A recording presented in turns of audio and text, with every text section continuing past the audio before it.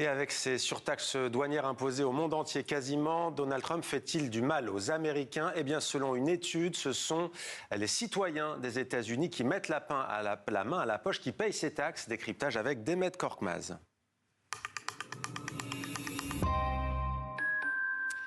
Bonsoir Demet. Bonsoir. Les droits de douane, on en parle donc, ils ne sont pas indolores et contrairement à ce que veut bien faire croire Donald Trump, cette mesure de rétorsion se retourne contre les consommateurs américains eux-mêmes. Et pas qu'un peu. Alors, c'est ce que révèle une étude allemande. L'Institut Kiel a analysé 25 millions de transactions commerciales pour une valeur de 4 000 milliards de dollars pour déterminer qui, in fine, paie ces droits de douane. Et vous allez le voir, le résultat est sans appel. Les Américains, qu'ils soient importateurs ou consommateurs, supportent 96% des taxes douanières imposées par Donald Trump. Le reste à charge de l'ordre de 4% est supporté par les exportateurs étrangers. Voilà, c'est vraiment pas grand-chose. Et Donald Trump menace d'émettre aujourd'hui de porter les droits de douane de 15 à 25% pour les pays qui oseraient se dresser devant lui, devant l'annexion du Groenland. C'est un coup d'épée dans l'eau alors?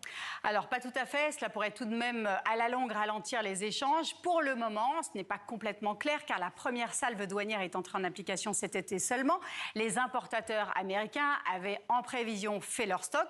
Ce que l'on sait pour le moment, c'est que malgré ces taxes douanières, eh bien, les produits européens continuent de progresser de l'ordre de 2% en direction des États-Unis. Le solde commercial de l'Union européenne est donc toujours excédentaire de plus de 40 milliards de dollars avec les États-Unis. À ce stade, les effets sur l'économie européenne sont contenus. Il n'y a pas eu l'effet d'effondrement tant attendu. Et face aux menaces répétées, les Européens ont-ils vraiment des leviers pour soutenir le rapport de force avec Washington?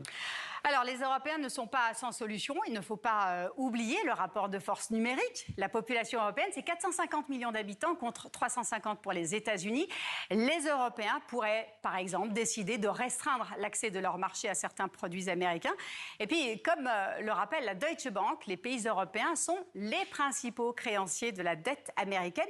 Cette dette américaine représente 38 000 milliards de dollars. 30% de cette dette sont détenus par des étrangers, dont 18% par les pays de l'Union européenne. Alors, une cession massive pourrait évidemment déstabiliser l'économie américaine. C'est un scénario extrême, une sorte d'arme atomique financière qui, à ce stade, n'est pas à l'étude et qui pourrait faire du tort, en fait, à tout le monde. Merci beaucoup, Demet, pour ce point complet.